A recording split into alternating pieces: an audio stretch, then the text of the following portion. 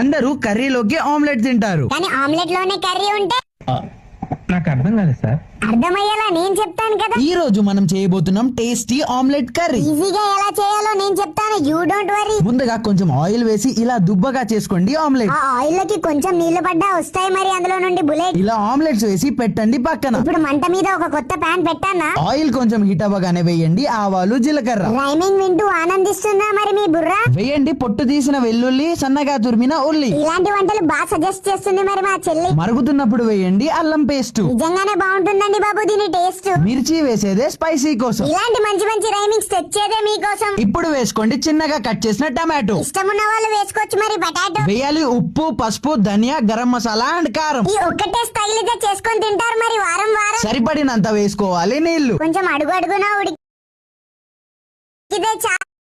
ఇంకా వేసుకోండి మనం పక్కన పెట్టిన ఆమ్లెట్స్. ట్రై చేశాక కామెంట్స్ లో రాయండి మరి మీ కాంప్లిమెంట్. రెడీ అయిపోయింది మన ఫ్యాబులస్ ఆమ్లెట్ కర్రీ. నువ్వు లైక్ ఫాలో కొట్టావా లేదా మరి. వీడియోని సేవ్ చేసి తర్వాత చేసుకోండి మరి ఈ కర్రీ. నేను ఉంటా మరి. అందరూ